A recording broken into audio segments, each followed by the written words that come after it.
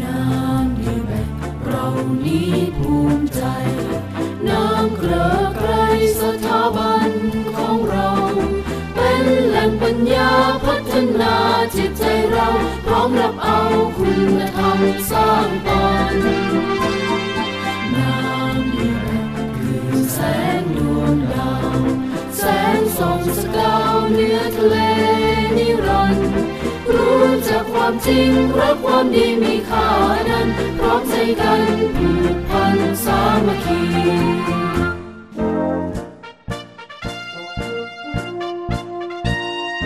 มีคุณภาพสูงงา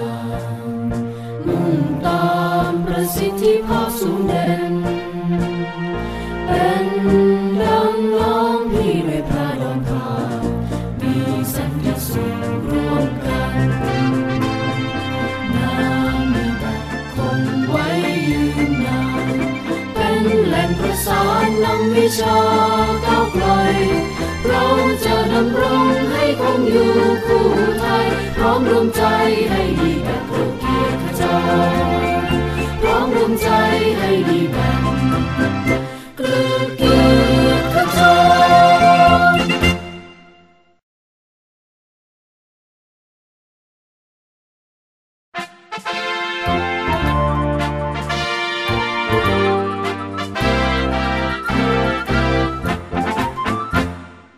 น้ำดีแบกเรานี้ภูมิใจน้ำเกลือไกรสถาบันของเราเป็นแหล่งปัญญาพัฒนาจิตใจเราพร้อมรับเอาคุณธรรมสร้างตนน้ำดีแบกคือแสงดวงดาวแสงส่องสกาวเหนือทะเลนิรันดร์รู้จักความจริงรักความดีมีค่านั้นพร้อมใจกันผูกพันสามัคคี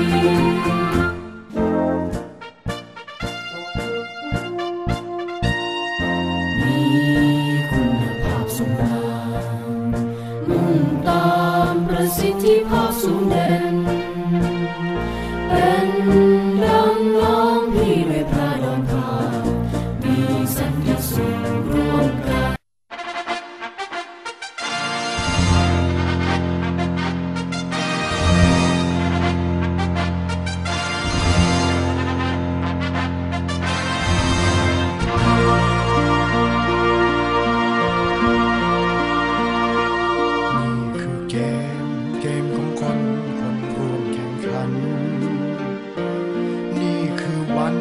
วันของคนทุ่มเทใจชัยชนะคือความหมายที่ยิ่งใหญ่ต่างมุ่งไปในเกมแห่งศักดิ์ศรีเปรียบความจริงชีวิตคนก็เปรียบดังเกมกติกา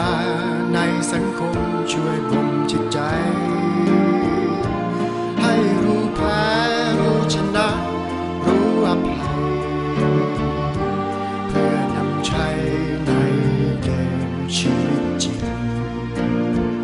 จับมือกันไว้ก้าวไปด้วยกัน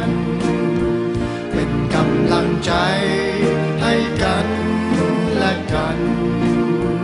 ก้าวเดินต่อไปสู่จุดหมายดังใจไฟฝันนี่คือวันของเราดีแบบเกม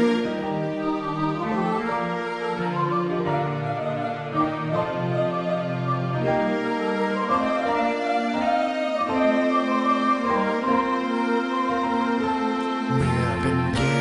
เกมของเราต้องเรียนรู้ผิดเป็นครูสู้แก้ไขสู้ใหม่ดังเกมในชีวิตย่อมมีวันแพ้และมีวันเก่งอย่าหวั่นเกรงในเกมชีวิตคนจับมือกันไว้ก้าวไปด้วยกันเป็น